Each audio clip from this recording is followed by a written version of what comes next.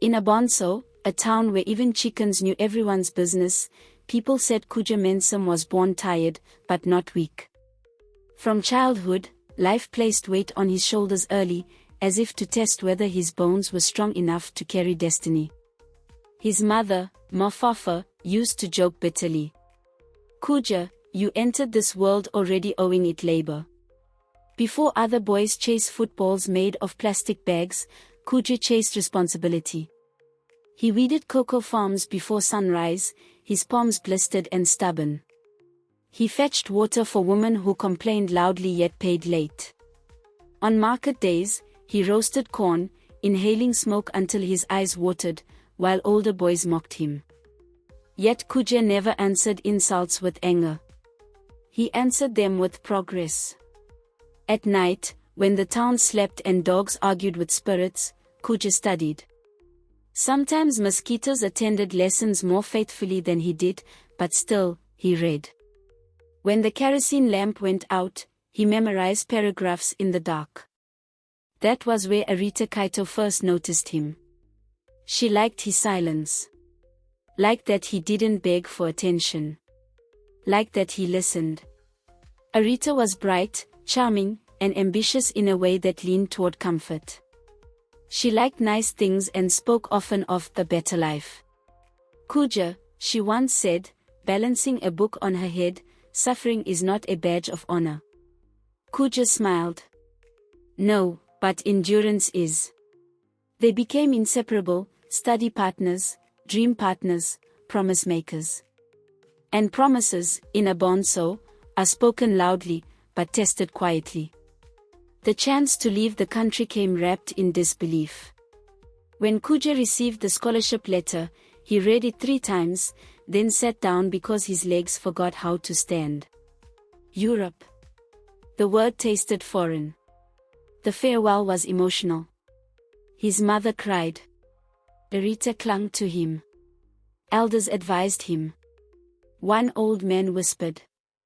"The world abroad sharpens people.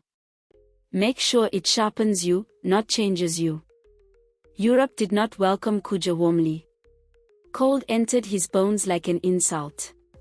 Language tangled his tongue. Loneliness became his roommate. He scrubbed floors while classmates slept. He ate bread so dry it argued with his teeth.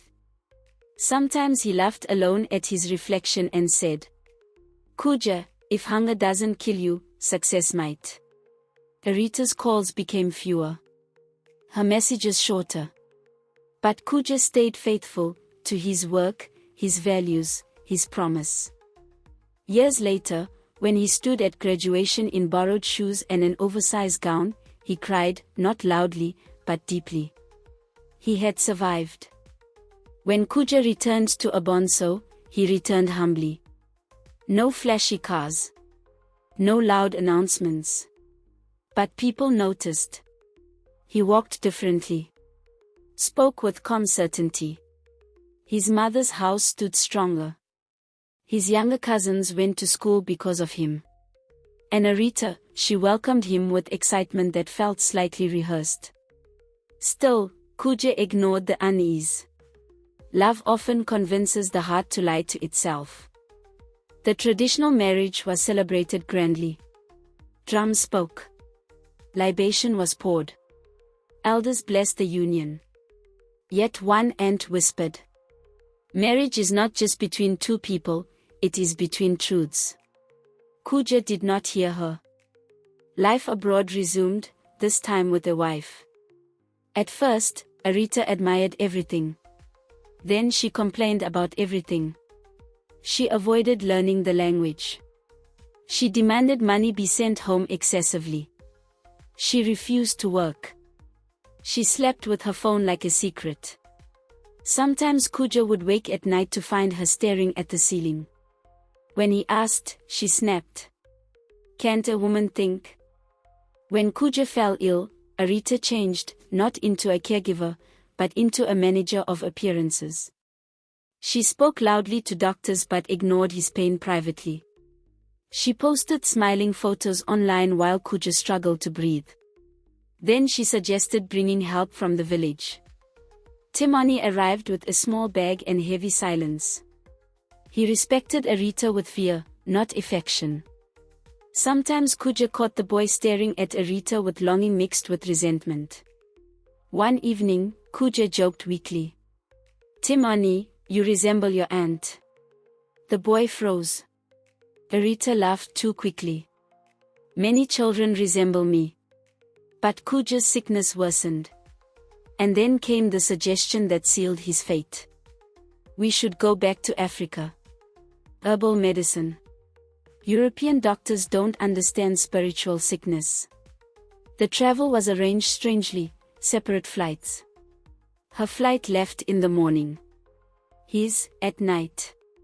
"Don't worry," she said. "I'll meet you when you arrive." She never did.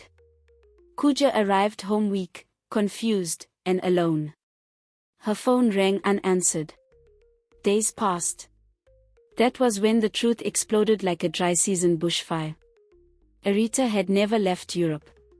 She had used the return story to abandon him, slowly, carefully. Cruelly. Timoni was her son. The fruit of an affair during Kuja's absence. Her family had known. Protected her. Collected bride price with clean hands and dirty hearts.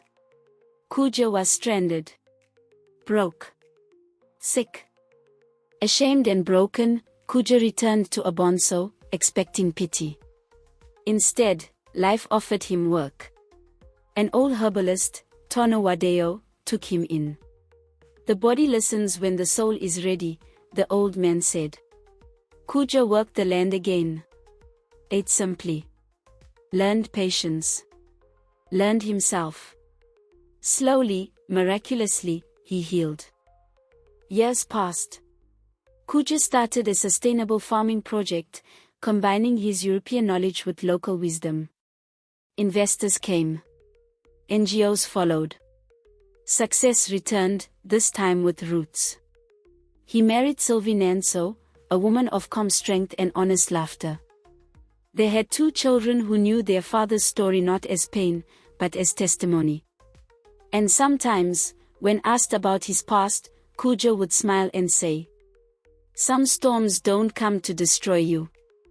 They come to clear the road." Arrita's story did not end well. In Europe, she fell into fraud and shady dealings. She trusted the wrong people. She was arrested. Convicted. Deported. She returned home disgraced, no money, no allies, no respect. When she heard Kuja's name mentioned with honor, her knees weakened. The road remembered Kuja's footsteps. And it refused to forget hers. The elders say, truth may limp, but it never stops walking. Hard work outlives deception. Patience outgrows betrayal. And a clean heart, though wounded, will always heal stronger. Sometimes, the betrayal that breaks you is only clearing the path for the life that truly belongs to you. The tree that grows in borrowed soil will fall when the owner reclaims the land. What is your takeaway from Kuja's story? Like and subscribe.